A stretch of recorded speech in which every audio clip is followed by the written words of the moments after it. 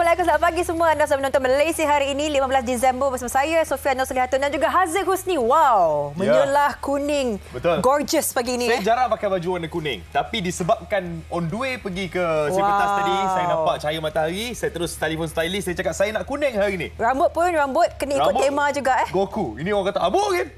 Ni bersempena dengan hari jadi awak. Selamat hari jadi, belated birthday, selamat hari jadi. Semua kita ucapkan kepada Haziq. Ya, paling lambat wish. Yang ke-18 ya. Yang ke-18. Tahun ni saya baru dapat chance untuk apply macam-macam lah. 18 tahun kan dah boleh apply macam-macam. Amboi. Okey kan. Hari ni Game Syai bersama Haziq dan Sofia. Ada macam-macam segmen menarik. Antaranya ada cerita mengenai pokok. Di mana kalau kita berjalan di kawasan perumahan ataupun di kawasan-kawasan yang penuh dengan pokok-pokok yang hutan ke apa ke, ada pokok-pokok tua yang akan tumbang apabila hujan lebat ke, risikonya ada. Betul. Lagi-lagi kita melihat dengan fenomena cuaca yang tak menentu, yang luar biasa. Kita bukan saja risau tentang hujan lebat ke banjir, tetapi implikasinya khususnya di kawasan tumpuan orang ramai kan, dekat dengan perumahan kita, taman permainan. Dan di jalan raya sekalipun, banyak kita dengar baru-baru ni yang pokok tumbang yang boleh meragut nyawa. Jadi kita bincangkan daripada sudut pandang apa yang boleh kita lakukan. PBT, pihak berkuasa tempatan, bolehkah sewenang-wenangnya mencantas atau clearkan, menebang pokok-pokok ini, dan implikasi selepas itu. Asyik tebang semua, macam mana pokoknya lepas ni? Kita sebenarnya kita ingin memelihara kan pokok-pokok ini supaya dapat kehijauan itu dapat kekal untuk anak cucu kita. Tapi bagaimana? Apakah caranya untuk kita kekalkan pokok tersebut tanpa membahayakan, merisikokan orang? Okey, jadi kita akan bincang mengenai itu kejap saja lagi. Tapi kita nak tunjukkan kepada anda dulu cuaca semasa pagi ini. Macam mana keadaan cuaca, Sofia? Say hello. Okey, Kuala Lumpur, Haziq Husni, pagi ini menunjukkan takat hujan selepas jam 10 pagi. Kuching pula cerah sepenuh-penuhnya, Kota Kinabalu cerah, Labuan pun cerah. Kita melihat di PJ pun cerah, tetapi lepas pukul 10 nanti akan ada takat hujan lah. Berhati-hati di mana juga anda berada. Biasa kita dah biasa dah kot dengan keadaan bertukar-tukar cuaca ni. Mungkin cuaca yang bertukar-tukar ni yang akan mendung tiba-tiba ni sebab Morocco kalah. Macam mana semalam? Morocco versus France. Awal pagi tadi, France lawan Morocco untuk separuh akhir. Ramai sebenarnya yang berharap supaya Morocco dapat pergi ke final. Underdog. Mencipta sejarah. Tapi France hebat. France memang juara bertahan, dapat layak ke final sekali lagi. Ini berturut-turut France dapat ke final tahun 2022. France menang 2-0 menentang Morocco. Jadi France akan bertemu Argentina untuk final 18 Disember nanti. Tapi Morocco tak habis lagi. Tak habis lagi Belum. Lepas dia akan melawan siapa? Akan menentang Croatia untuk perlawanan penentuan tempat ketiga. Yang anda boleh tonton pada 17 Disember nanti pukul 11 malam. Final pula 18 Disember juga pukul 11 malam. Itu cerita pasal World Cup. Tapi di Malaysia macam mana pula? Kat Malaysia lagi hebat lah. Malaysia untuk perlawanan persahabatan menang sekali lagi. Dua perlawanan sebelum ini menang 4-0 lawan Cambodia. Ini menang 3-0 pula lawan Maldives. Hebat Malaysia. Hebat tak hebat, kita menunjukkan belang kita pada kali ini.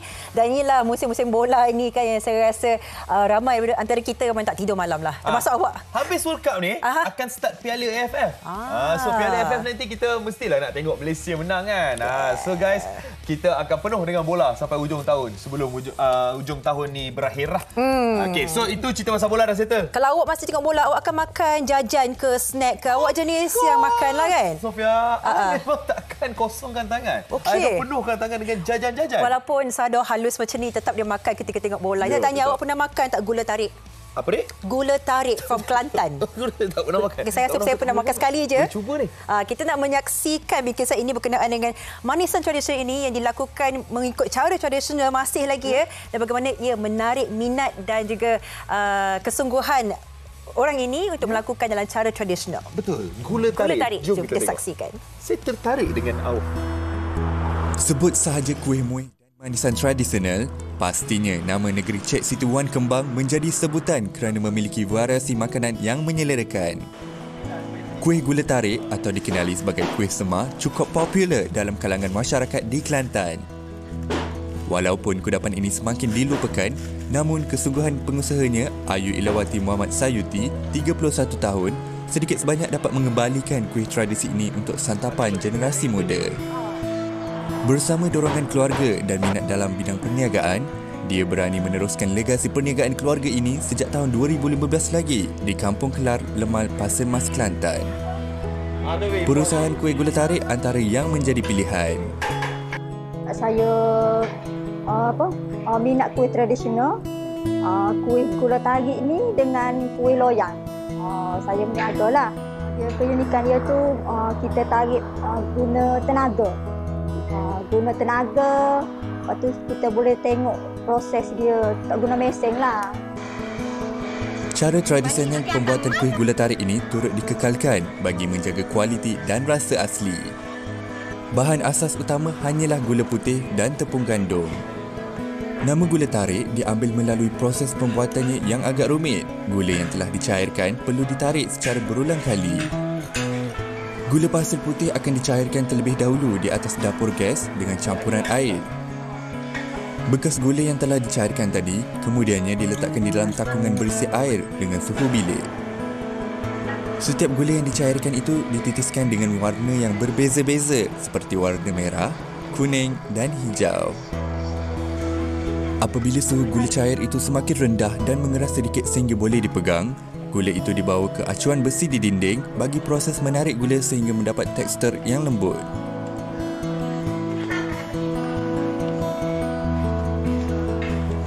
Gula itu seterusnya akan dipindahkan ke atas meja untuk ditarik berulang kali bersama adunan tepung yang telah disangai.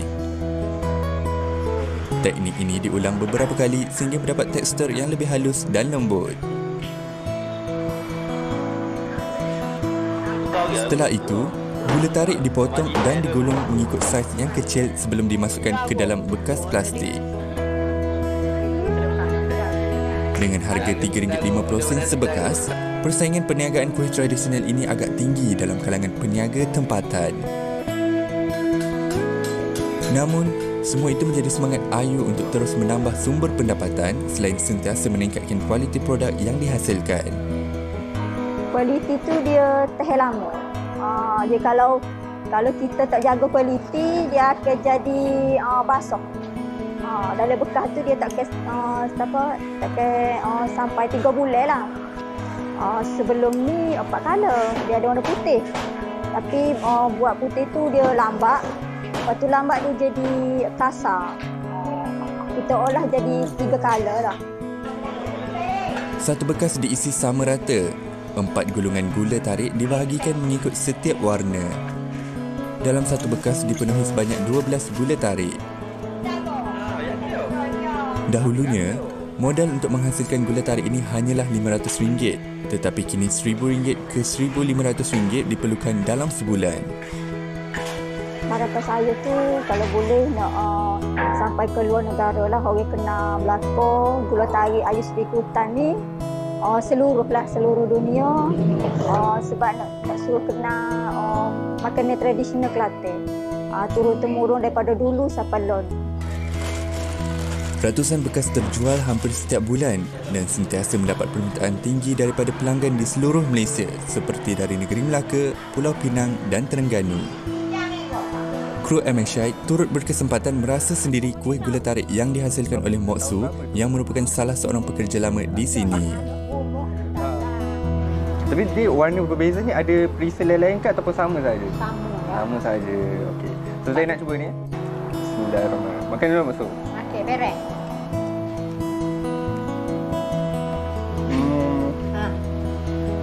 Dia tak panas eh? Tak ada lah juga pun. Mana? Biasa ada. Tapi sedap. Oh, sedap lah kan goreng. Tapi comot lah masuk. Tapi memang sedap.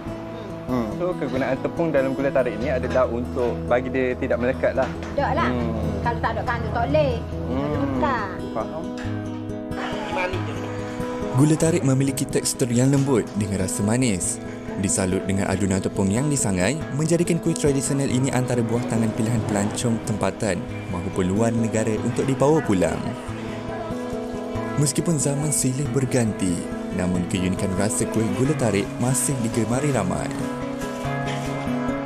Perubahan permodenan kulineri juga tidak menghalang mereka untuk menghasilkan kuih tradisi ini secara tradisional dengan cara tersendiri. Nampak tak? Gula tarik yang dibuat secara tradisional. Kalau kita tengok dekat shopping mall pun ada juga gula tarik tu yang dibuat dengan cara moden. Kalau kita melihat dan meneliti cara dia buat tradisional tu dengan penuh kasih sayang ni dilakukan, kita akan bila kita memakan itu, kita lagi appreciate, kita menghargai tau setiap gigitan. Betul. Bolehlah kita sedikit sebanyak menghayati cara kuih-kuih tradisional yang dilakukan supaya kita boleh mengingatilah ini antara tradisi warisan yang kita bawa sampai ke bila-bila. Yes. Okey, itu cerita pasal gula tarik. Ini nak cerita pasal apa yang menarik dekat dalam paper. Paparan di Utusan Malaysia dikatakan di sini kerajaan perpaduan tidak tergugat sama sekali. Datuk Seri Anwar Ibrahim yakin beliau akan mendapat sokongan 2/3 ahli-ahli Dewan Rakyat dalam sidang khas Parlimen Isnin ini dan berkata keyakinan itu berdasarkan komitmen yang diberikan oleh ketua parti seperti PH, BN, GPS dan juga GRS. Yakin nak meneruskan pentadbiran kerajaan dengan baik dengan sokongan majoriti ini selepas dilantik sebagai Perdana Menteri. Mungkin sebelum ini kita mendengar desas-desus ada yang mencabar kredibiliti dan sebagainya kan, sokongan yang diwujudkan untuk mewujudkan kerajaan perpaduan, tapi selepas ini Perdana Menteri kita sendiri yakin yang beliau tidak akan lagi dipersoalkan bermula Isnin ini. Ya, itu cerita dalam Malaysia. Jom kita tengok rangkuman luar negara pula. Ada cerita pasal Elon Musk. Elon Musk? Oh, yang beli Twitter tu? Ya, dia kata dia nak lancarkan balik Twitter Blue pula. Dan cerita mengenai pemain England yang memelihara kucing di Piala Dunia Qatar. Jom kita tengok.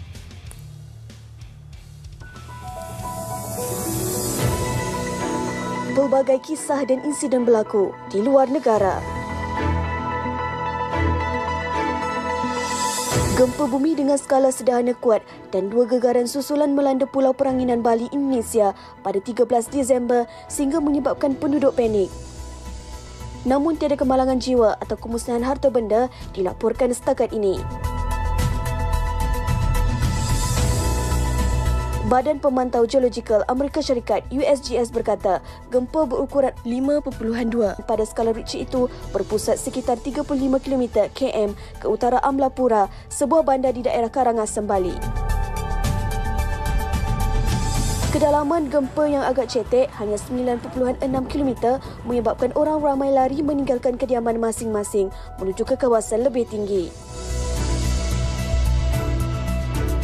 Keadaan reda selepas mereka menerima pesanan teks mengatakan tiada ancaman tsunami.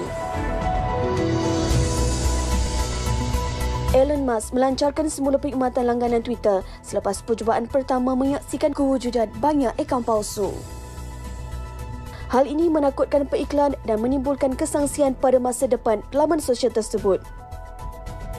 Percubaan pertama bulan lalu berlaku hanya 10 hari selepas Musk mengambil alih 44 bilion US dolar, di mana menerusi pengambil alihan itu, lebih separuh kaki tangan syarikat diberhentikan, termasuk pasukan pekerja yang mengendalikan isi kandungan Twitter. Pelancaran semula Twitter Blue di segelintir negara, termasuk Amerika Syarikat AS itu, dibuat ketika Musk meningkatkan kenyataan menyokong perjuangan berhaluan kanan, termasuk menentang penggunaan ganti nama neutral gender dan tidak balas kerajaan Amerika Syarikat dalam menangani COVID-19.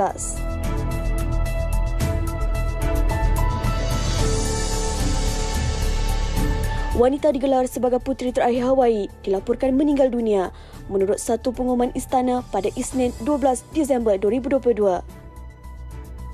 Abigail Kawananakoa tidak mempunyai gelaran rasmi tetapi adalah sebahagian daripada golongan bangsawan yang keturunannya memerintah Hawaii sehingga digulingkan oleh peneroka komersial pada akhir abad ke-19.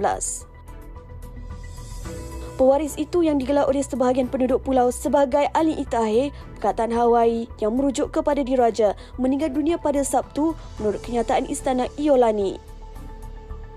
Tiada punca kematian untuk wanita berusia 96 tahun tetapi laman web Hawaii News Now menyatakan bahawa beliau mempunyai masalah kesihatan. Gubernur Hawaii Josh Green mengarahkan bendera dikibarkan separuh tiang sehingga petang Ahad. Dua pemain England, Kyle Walker dan John Stone, tidak mahu meninggalkan Qatar dengan tangan kosong meskipun pasukan Tri Lion ini tewas dalam Piala Dunia Qatar 2022. Kemanisan berada di Qatar diiringi dengan kenangan membawa pulang seekor kucing terbiar yang disukai pasukan itu ketika berada di pangkalan latihan mereka. Kucing jalanan yang diberi nama Dave oleh Stone perlu menjalani kuarantin selama 4 bulan sebelum boleh menentap bersama dua pemain City tersebut. Balik England bawa kucing. Kan, saya sukalah orang yang ada soft spot untuk haiwan-haiwan peliharaan macam ni. Ada, saya ada. Oh, Saya ada. Okay. I like that. Saya ada. Anda ada soft spot juga yang suka memelihara kucing? Anda boleh komen di Facebook MHI TV3, okey? Dan lepas kita bincangkan tentang cara kita pelihara pokok pula. Jangan nak tebang-tebang saja walaupun berbahaya untuk kita. Adakah terdapatnya cara lain untuk kita selamatkan pokok dan juga menyelamatkan diri kita daripada situasi yang berbahaya? Kita bincangkan lepas ni. Tanya sama pokok, apa sebab goyang? Hanya di MHI. Seriously.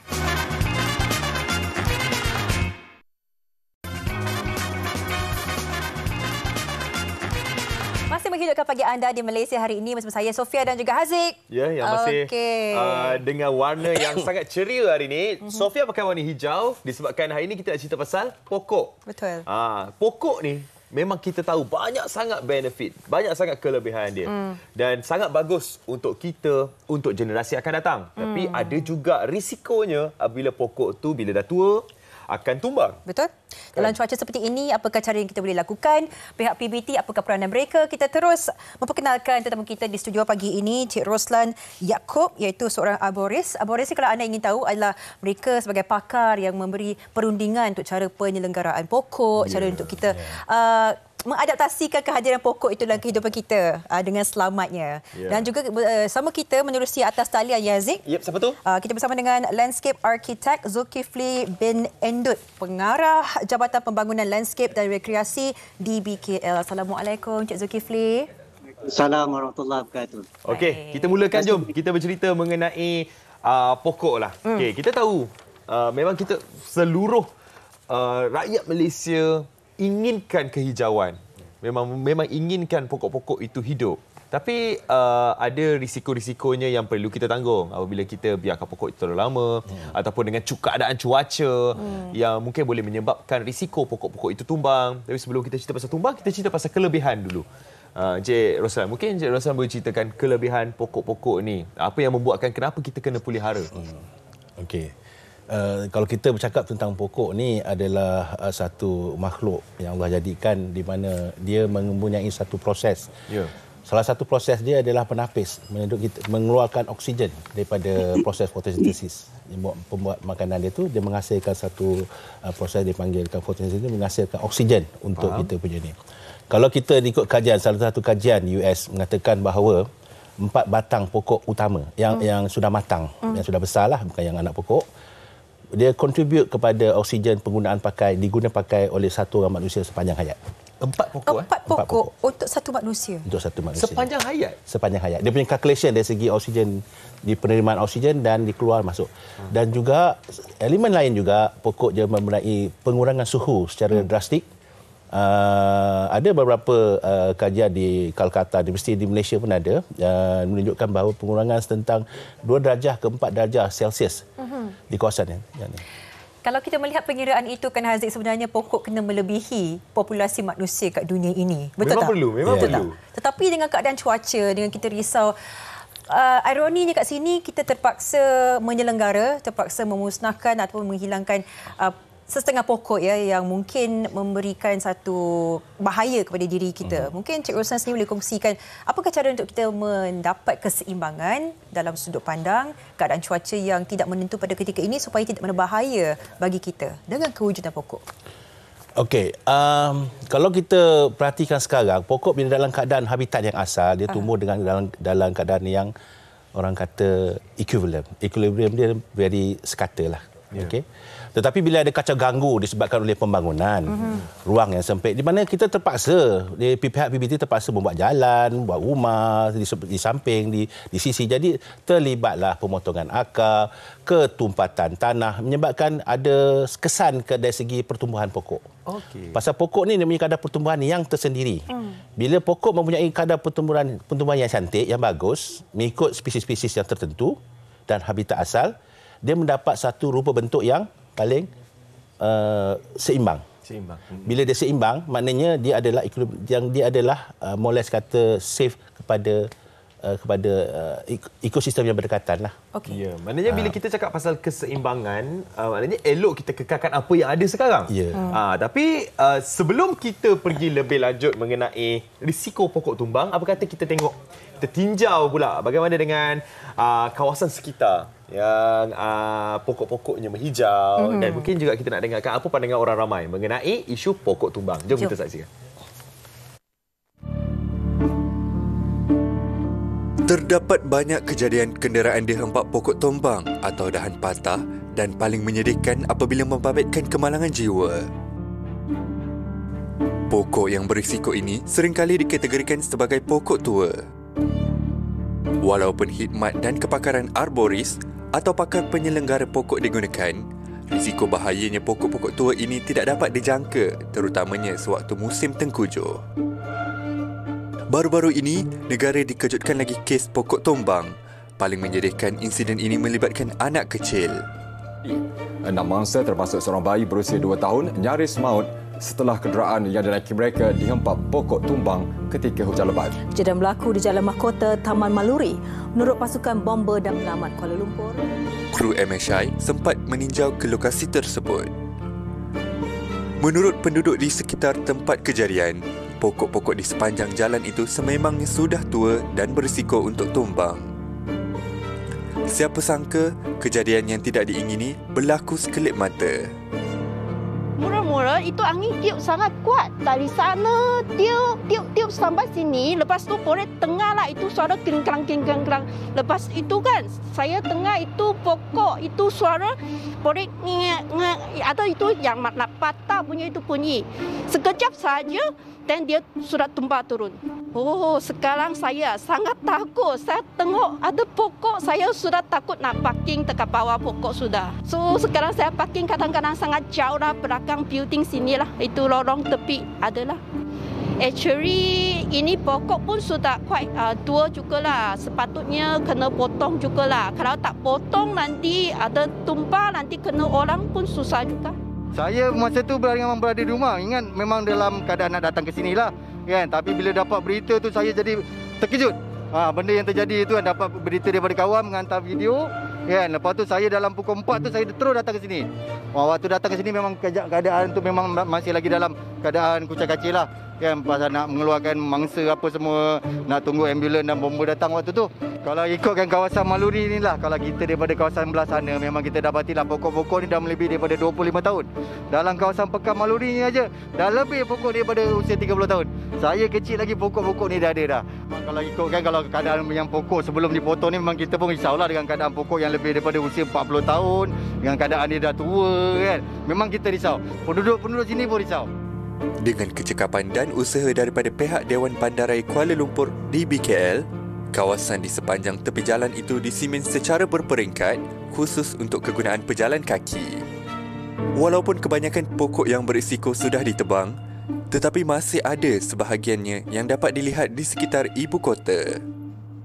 Bagaimanakah pihak berkuasa tempatan cakna akan keselamatan orang awam?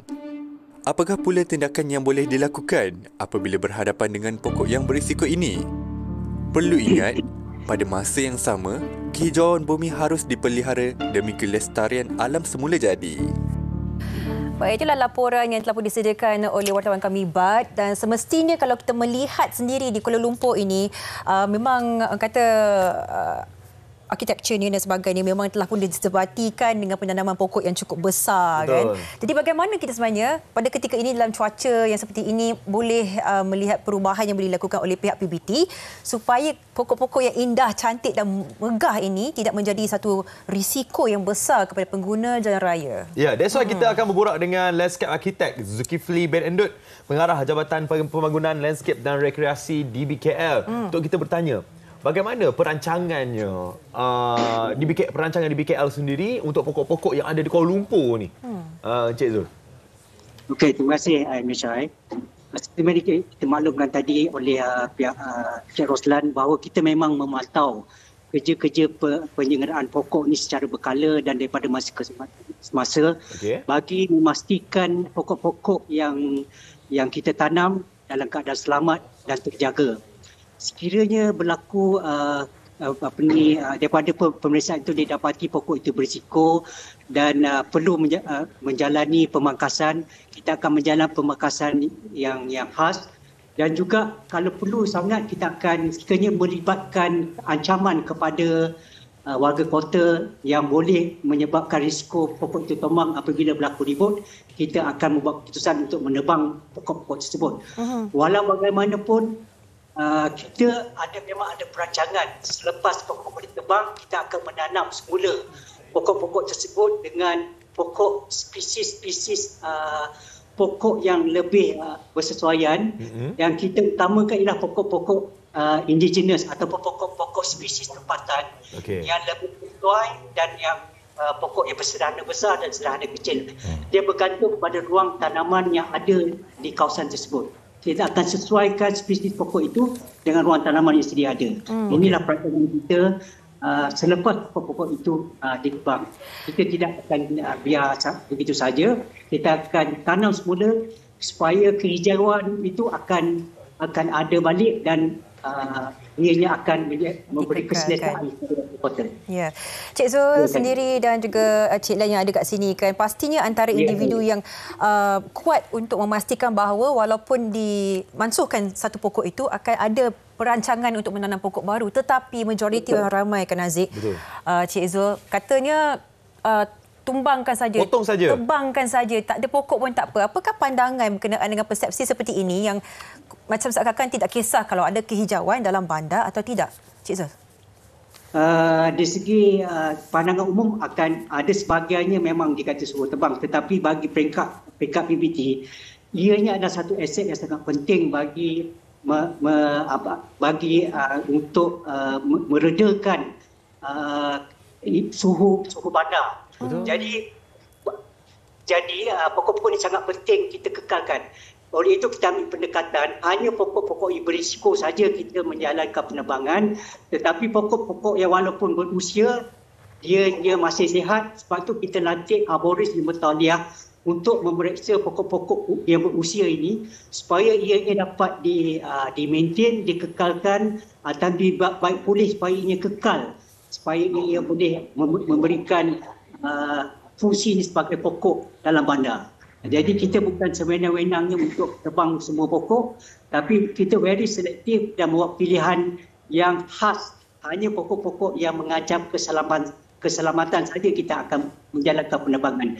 Itu pun dengan hebahan dahulu kepada publik supaya mereka sedar pokok ini berisiko pada mereka. Baru kita akan menjalankan penebangan, bukan sewenang-wenangnya. Faham, akan diberitahu dululah. Jadi, Cik Lan, ya, untuk hebah pada mereka. Faham. Untuk memotong pokok ni, dia ada peringkat-peringkatnya. Bukan datang pokok tebang dah biar. Dia ada peringkat-peringkat dan cara-cara proses-prosesnya. Mungkin Cik Lan boleh bagi tahu cara-caranya, Cik Lan. Macam dari segi dari sudut pihak sertifikat arboris ataupun arboris Pertaliah ni, bila menerima arahan daripada tugasan daripada pihak PBT, kami akan menjalankan satu aktiviti, kita akan menginventorikanlah pokok yang berkenaan. Kita mengambil data-data asas pokok, kemudian kami akan menggunakan level 2 untuk memeriksa pokok sekiranya. Biasanya ada keperluan untuk membuat level 2 lah, menggunakan kaedah visual tree assessment. Dan seterusnya, apabila sampai satu peringkat kita buat, kita akan menggunakan instrumen khas ataupun kaedah memanjat untuk melihat struktur-struktur yang kita tak dapat nak menengok pada menggunakan visual tree assessment. Contohnya macam kerosakan dalam batang pokok, kita menggunakan resistograph yang ini alat ni. Kita ni. Ya. Apa nama dia tadi, Cik Lan? Ini untuk memeriksa ya. Ya. Ni resi. Resistograph. Jadi dia akan mengeluarkan jarum. Saya lock dulu ni. Mungkin anda boleh tengok Okey, kita tengah buka, tengah on. Oh, dia digital. Okey. Bagaimana ia berfungsi dia? Dia cocok masuk dalam batang pokok. Okey, itu jarum yang keluar tu. Okey. Mungkin kita selantingkan sedikit, Cik Lan, untuk menunjukkan kamera. Kita ada satu mungkin jarum di sebelah hujung itu. Mana jarum ni tadi? Okey, kita keluarkan balik jarumnya. Dan ini untuk memeriksa kepadatan pokok itu ke bagaimana, Cik Lan? Kerosakan batang pokok. Kerosakan. Berdasarkan apa kerapuhan? Kepadatan pokok, kekuatan dia. Okey. So jarum ni akan dicucuk ke dalam pokok? Ya. Dan semudah-mudahnya boleh kita kena pasti Dia layak ada ditebang graf, atau dia tidak. akan keluarkan digital, dia akan menunjukkan ini menggunakan kaedah tekanan kepada batang pokok. Jadi dia akan keluar. Sekiranya perebutan ada di dalam batang pokok itu, graf ni akan menurun dari peringkat bawah di dasar. Kalau dia tinggi, dia akan peringkat tinggi, menunjukkan ada sound wood. Kita pakai sound wood lah. Dia ada satu lagi alat, kita gunakan pico sonic tomograph, dia menggunakan terma. Gelombang. Bila gelombang, dia akan dapat cara menyeluruh. Nampak tak? Cara untuk menilai pokok tu pun itu level 3 lah. Ada cara dia? Ada cara saintifiknya dia sendiri. Bukan sekadar kita menggunakan akal minda kita sebagai manusia saja sewenang-wenangnya, tapi ada teknologi. Ya, saya seronok baca komen-komen kat Facebook. Antaranya? Antaranya ada yang memberikan cadangan, Cik Zul. Ya, saya. Apa kata kita tebang je pokok-pokok yang tua ni dan kita ganti dengan menanam pokok-pokok buah? Pokok rambutan ke, pokok pelam. Macam tu. Itu ada idea daripada netizen. Ada yang memberikan idea untuk menanam pokok-pokok buah tu. Dan adakah idea tu boleh diguna pakai? Praktikal tak? Idea itu boleh diguna pakai, tetapi kawasan tu kita kena pasti. Di tepi jalan kita tidak galakkan pokok buah-buahan. Pokok buah-buahan kita akan tanam di kawasan taman. Dan taman-taman kita pun memang ada pokok buah-buahan ditanam untuk untuk orang ramai mengenali pokok-pokok ni. Setengah kita yang muda-muda ni tidak mengenali pun pokok-pokok tempatan seperti pokok nadir, pokok sentul dan sebagainya. Jadi di tepian jalan ni kita tidak galakkan penanaman pokok-pokokan sebab ia akan mendatangkan sedikit risiko kepada pengguna jalan raya sekiranya buah itu jatuh dan sebagainya. Betul. Ada risiko lain pula. Bayangkan tengah bawa kereta. Risiko lain yang akan berbangkit. Kalau jatuh terus masuk mulut tak apa. Ni segugus rambutan kat depan wiper tu. Membahayakan orang ramai ni. Baik Cik Zul. Good explanation lah pasal benda tu. Okey, jadi kita nak terus ke penutup dah ni sekarang ni, Cik Lan. Mungkin ada sedikit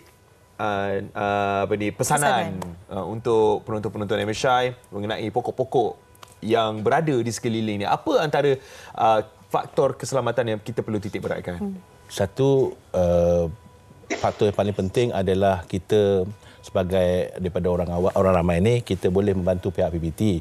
Dia ada beberapa defects yang kita boleh pihak masyarakat awam boleh maklum kepada pihak PBT. Contohnya terdapat dahan-dahan mati ataupun dahan-dahan tergantung atau pokok tu telah mula condong. Bila kita dapat maklumat tu, sila laporkan kepada pihak PBT untuk mereka ambil tindakan. Baik. Ya, itu adalah yang antara yang paling baik. Selain kalau kita tidak mengalami masalah, panggillah Aboris Bertaluyah yang dan beberapa industri yang lain yang berkaitan, yang kompetensi dia mempunyai tahap kompetensi untuk memeriksa pokok. Sebab kita bukannya sewenang-wenang tengok pokok dan kita tebang. Okay. Cik Zul, secara ringkasnya apa yang boleh disampaikan kepada rakyat Malaysia untuk ubah sikit persepsi kita, jangan main tebang je pokok, Cik Zul? Ya, betul. Kita kena menghargai pokok-pokok di sekitar kita sebab pokok ni akan memberi keselesaan kepada kita. Sekiranya kita duduk di tengah panas, kita akan rasa panas. Tetapi kalau kita duduk di bawah pokok, kita akan rasa selesa, kita akan rasa redup dan kita akan lebih selesa dalam keadaan sekitaran yang pokok yang banyak. Dibandingkan dengan kawasan yang tidak ada pokok langsung. Kita kena menghargai alam sekitar dan juga penghijauan di bandaraya kita. Ya. Saya harap itulah. Mainkan peranan lah. Mainkan peranan. Kalau ada nampak pokok-pokok itu ada seperti ciri-cirinya mahu tumbang, kita boleh report. Kita boleh report dan jangan takut. Akan datang untuk analyse. Adakah pokok itu patut dipotong atau tidak? Betul tak? Alright, itulah dia cerita mengenai pokok yang harus ditebang hari ini. Risiko-risikonya dan faedahnya sangatlah banyak pokok-pokok ni. Jadi guys, peliharalah alam sekitar kita, jagalah pokok-pokok kita. Ya, hidup kat dunia ni kena ada keseimbangan walaupun ada berbahayanya, tapi kita juga main peranan untuk membuat laporan. Okey, kita akan berehat seketika. Sekembalinya Haji akan membawakan segmen seterusnya yang berkaitan dengan Bank Rakyat. Ya, dan juga wasiat. Terus menonton Malaysia Hari ini.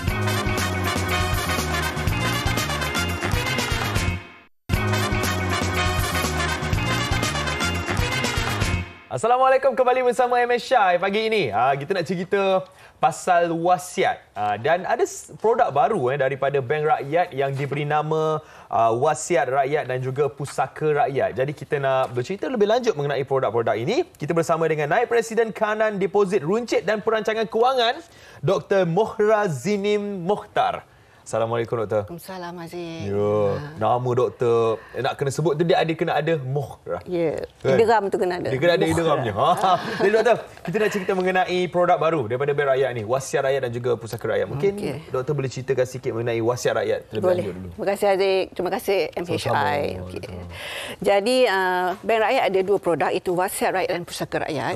Jadi sebelum tu kita nak cerita sikitlah wasiat tu apa. Apa dia? So wasiat ni adalah satu kita mendokumentkan hasrat kita, niat kita, iaitu apabila setelah kepergian kita, macam mana kita nak menghadiahkan, contohnya mengagihkan harta yang ada itulah.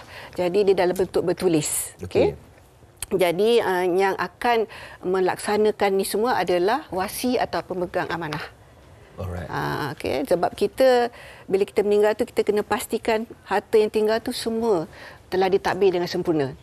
Jadi barulah kita punya bahala ke sampai ke kita di alam yang sana lah. Ya, sebab takut kalau macam tak diagihkan dengan betul, tak diwasiatkan, nanti tak tahu. Tak tahulah kan.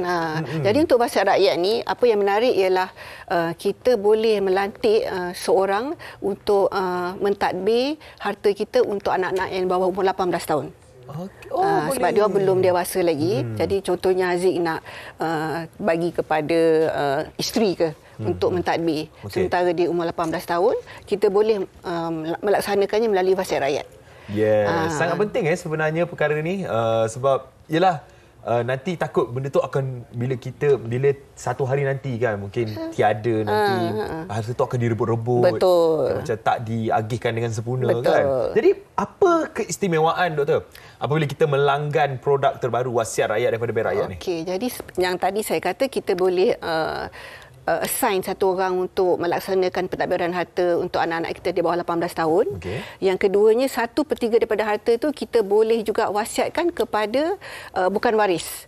Contohnya kita nak wasiatkan kepada ayah angkat kita, mak angkat, anak angkat, boleh.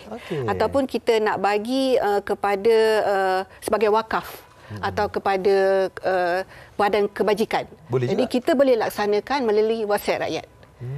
Jadi yang paling bagus ialah wasiat rakyat ini kita boleh melakukan pindaan sepanjang hayat kita. Jadi contohnya secara online tau. Anytime. Jadi apabila kita dah melanggar wasiat rakyat tu, kita akan dibagi ID. Dan seterusnya, katalah Haziq dalam tempoh 5 tahun ni ada penembahan cahaya mata ke, terus masuk boleh online, adjust. Alright. So berapa fee yang dikenakan untuk wasiat rakyat? Fee kita sebenarnya RM900, tetapi kita membuat tawaran RM700 saja. Affordable Affordable. Sangat affordable. Benda ni kita kena buat.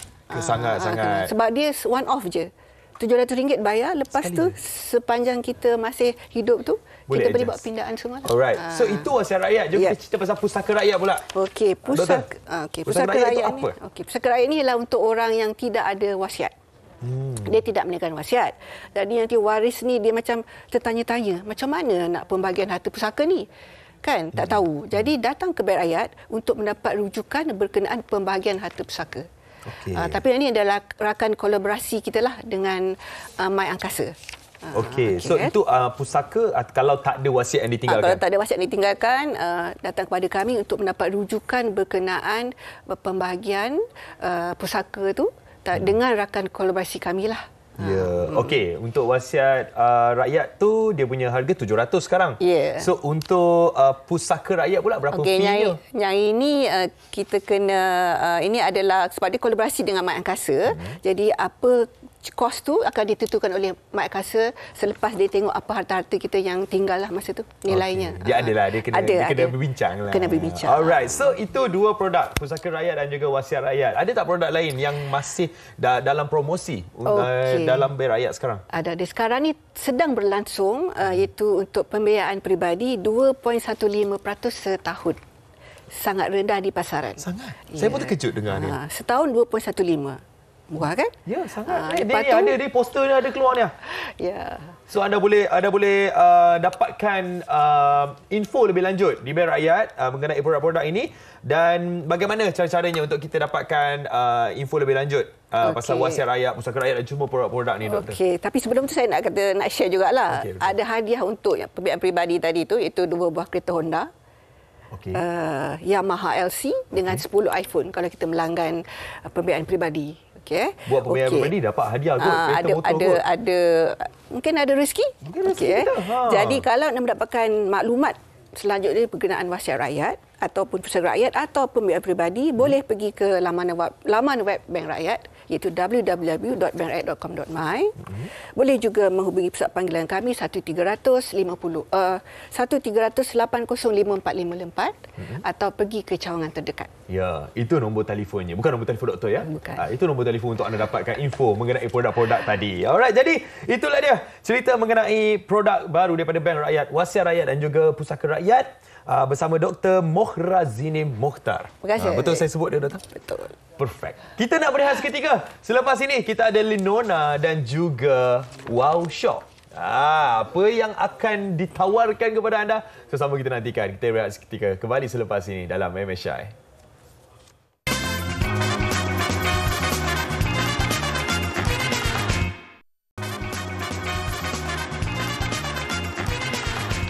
Masih menghidupkan pagi anda di Malaysia hari ini. Kalau anda boleh saksikan, kalau kita zoom out sedikit, anda boleh saksikan sedikit cantiknya set kita pagi ini dicantikkan dengan sepenuh penuhnya dengan Lenona, sentuhan elegan cita rasa anda. Dan untuk kita memperincikan apakah yang bakal menggegarkan meja makan di rumah anda, saya terus bersama dengan Fiza Saad. Assalamualaikum. Waalaikumsalam warahmatullahi. Apa khabar Sofia? Saya sihat. Sihat ya, Mak? Saya kurang sihat, tetapi saya masih lagi cukup teruja untuk memperkenalkan kepada umum berkenaan dengan kolaborasi hebat untuk Lenona. Saya memang tertarik tengok packaging, tengok kotaknya sendiri. Baik. Dengan begitu cantiknya set ini, mungkin nak kongsikan sedikit apakah itu Lenona? Okey, Lenona ni sebenarnya adalah di antara kolaborasi hebat di antara Wow Shop bersama dengan program TV nombor 1 wanita di Malaysia, iaitu pastinya program Nona yang telah pun bersiaran di TV3 lebih daripada 30 tahun. Disebabkan aspirasi yang cukup hebat melalui program Nona tersebut, Wow Shop mengambil peluang untuk mencipta satu koleksi pinggan mangkuk yang kita boleh guna pakai setiap hari dengan mendapatkan inspirasi daripada European Rose. Wow. Jadi kalau kita tengokkan koleksi Lenona ni pun, dia punya bunga-bungaan dia adalah bunga-bungaan yang cukup cantik, cukup romantis, samalah juga macam kita para nona ni. Memang saya tengok don-donan awak hari ni pun sangat-sangat sinonim dengan Lenona sendiri kan. Dan saya rasa antara yang kita ingin tahukan jugalah berkenaan dengan inspirasi yang ditimbulkan dengan desain yang cukup cantik pinggan mangkuk ini. Saya rasa memang ramai penonton kita sangat tertarik untuk memilikinya selepas ini. Apakah inspirasinya? Okey, kalau kita perhatikan untuk corak dan juga inspirasi daripada Lenona ni sendiri, ini adalah di antara aspirasi daripada program TV wanita iaitu Nona yang membawa satu monumen terbaru berkenaan dengan wanita, tak kisahlah dalam ataupun luar negara, yang sentiasa untuk merujuk pakai daripada fashion, daripada busananya, daripada makanan dan juga kesihatan untuk para wanita sendiri. Dan di situ juga Lenona mengambil kira berkenaan dengan inspirasi dan juga aspirasi program TV tersebut untuk menjadikan pinggan mangkuk ni edisi khas untuk program TV wanita Nona. Saya rasa kalau ni memang ada dalam rumah kita, memang sangat-sangat elegan, automatik, meja makan kita rasa komplit, sempurna. Apa yang termasuk dalam set Lenona ni, Fiza? Okey, sebenarnya Sofia, kalau kosong sekalipun kita dah rasa macam kenyang dah. Kan? Okey, tapi dekat dalam set pinggan mangkuk untuk Lenona ni, sebenarnya ini adalah set pinggan hidangan utama. Kita ada 29 pieces. Tapi bukan setakat 29 pieces untuk 6 orang makan saja. Kita ada lagi hadiah percuma kita, iaitu kita ada satu set minuman, iaitu kita ada jug, kita ada lagi dengan plating ataupun kita punya apa orang panggil alas ni sebagai alas meja makan ni. Termasuk juga. Ini adalah percuma. Oh, cantik. Yes, kita bagi lagi gelas. Gelas kita bukan gelas plastik, tapi gelas kita adalah gelas kaca. Nampak tak? Sesi menjual kita dah bermula. Ya. Saya rasa saya separuh dah terbeli dah ni. Tapi saya nak tahulah, Fiza, reka bentuknya, bentuknya bukan calang-calang yang saya rasa. Betul. Ini antara yang dikatakan evergreen. Kita pakai sampai bila pun tetap akan nampak elegan. Okey, kalau bolehlah izinkan saya untuk ambil lah ya. Okey, ini sebenarnya adalah di antara mangkuk kecil. Selalunya kalau macam kita sebagai rakyat Malaysia ni, kita selalu makan makanan yang berkuah ataupun mungkin kita nak makan cendol ke ataupun mungkinlah isi udang tu kita letak dekat dalam ni. Tetapi yang menariknya untuk kita punya rekaan ni, anda perhatikan bahawa kita punya rekaan ni adalah rekaan yang dicetak terus pada kita punya pinggan mangkuk. Jadi apabila terkena dengan sudu garpu ataupun mungkin kita basuh menggunakan berus besi segalanya, dia tidak akan mudah untuk tertanggal. Serius? Yes. Jadi kalau kita pakai 10 tahun ke ataupun mungkinlah kita bagi pada anak didik kita ke, kita bagi pada cucu kita ke, masih lagi nampak seperti baru. Tak cukup dengan itu lagi, nampak dekat bahagian belakang ni kita tunjukkan kepada anda bahawa ini adalah material yang tahan lasak. Maknanya kita boleh panaskan dekat dalam microwave. Kalau kita nak cuci melalui kita punya dishwasher pun tak jadi masalah. Dan tak cukup dengan itu lagi, bahawa kita punya rekaan selalunya kalau macam mangkuk, Sofia selalulah pergi kedai-kedai ke apa semua kan, rekaan dia kan selalu bulat je. Biasa je. Biasa je kan. Tapi untuk Lenona ni, sebab dia adalah rekaan bunga-bungaan, dia punya bahagian tepi ni pun ada seperti kelopak bunga mawar. Pernah dapat bunga? Jarang dah sekarang. Jarang dah. Pernah dapat. Pernah dapat lah. Tapi kalau macam dulu-dulu tu, bunga layu. Tapi yang ini terus mekar. Mekar. Yes, saya bagi dekat Sofia. Terima kasih Fiza. Saya rasa kan sangat menarik bukan disebabkan reka bentuk yang cantik, tetapi ketahanan, tahan lama macam Fiza sebutkan tadi sampai ke anak, cucu, cicit, kita jiran, kita bagi sepuas pun boleh juga. Betul. Apakah harga price tagnya bagi set Lenona ini? Okey, macam inilah untuk 29 pieces termasuk dengan hadiah percuma tu selayaknya lah. Untuk material kaca ataupun melanin seperti ini, anda kena bayar lebih kurang dalam RM1,000 ke atas. Tapi anda kena bersama dengan kami untuk edisi khas Lenona X Wow Shop kejap je lagi untuk anda tahu berapakah harga istimewa kita. Bukan RM1,000, bukan RM2,000. Nantikan. Misteri. Saya dah tak sabar selepas ini, selepas rancangan Mesyai. Betul. Okey, apakah yang menjadi tempat yang boleh kita membuat pembelian untuk memiliki set Lenona ini? Okey, selain daripada anda menghubungi kami di talian Wow Shop 1800 180808, anda juga boleh mendapatkan produk Lenona untuk set dinnerware kita ni melalui aplikasi Wow Shop ataupun melalui WhatsApp to order ataupun melalui QR code yang bakal tertera di rancangan kolaborasi khas tersebut. Dengan ceritanya, belum apa-apa lagi, dah start orang membeli melalui MHI. Serius? Ya. Okay. Limited edition, Sofia. Limited edition. Okey, dalam masa 40 saat yang terakhir ini, apakah pesanan Fiza untuk para penonton semua untuk membeli Lenona ni mesti ada kat rumah kita? Baik, kepada setiap wanita yang mungkin sedang menonton kami sekarang ini, jangan lupa untuk mendapatkan Lenona di Wow Shop, okey, melalui talian yang tertera, kerana ini adalah di antara edisi khas. Sama-sama kita menaikkan lagi martabat wanita, sama-sama kita menyokong program TV nombor 1 wanita dan juga terus menyokong Wow Shop. Dengan harga yang cukup berpatutan, inilah dia limited edition Lenona Dinnerware Set yang anda boleh dapatkan sebentar saja lagi. Kita mertabatkan wanita, pastikan anda memiliki. Selepas ini, saksikan Wow Shop sendiri. Kita ucapkan terima kasih kepada Fiza. Terima kasih, Sofia. Thank you so much. Thank you. Happy New Year. Yes, Happy New Year. Selamat tahun baru. Tahun baru kena ada memiliki Lenona yang terbaru ini. Terima kasih Fiza. Saya ke sana dulu. Boleh, silakan. Pastinya kalau anda semua yang berada di rumah pada ketika ini, anda tertarik sendiri dan bakal memiliki set ini selepas ini, jangan lupa untuk saksikan Wow Shop. Okey, Haziq. Ya. Haziq, saya rasa kita berbakikan beberapa hari dalam tahun baru yang akan datang ni. Awak dah ada dah awak punya Azam. Saya belum lagi plan lagi. Azam tahun depan. Belum. Memang Saya last minute ke apa ni? Saya memang suka plan Azam tu last minute. Okey. So saya dengan Azam memang rapat. Baiklah, awak dengan Azam rapat, tapi kita wawarkan dulu bagi anda semua apa yang kita boleh bagi tahu anda jika anda tidak dapat menonton acara anugerah K-pop nombor 1 dunia 2022 Mama Awards. Kini kita berpeluang untuk menyaksikan catch up di Tonton. Okey, anda jangan lupa saksikan pemenang anugerah ini dan persembahan yang menarik dari artis Korea kegemaran anda secara percuma di Tonton. Layari www.tonton.com.my atau muat turun aplikasi Tonton sekarang. Wow, sekejap saja masa berlalu. Kita dah pun habis MSI untuk hari ini. Betul. Sofia, jadi kepada anda yang baru je nak mulakan hari anda, teruskan keceriaan, teruskan semangat anda pergi ke kerja. Okey, dan besok jangan lupa untuk terus bersama MSI sebab kita nak cerita soal wang, cerita pasal hutang.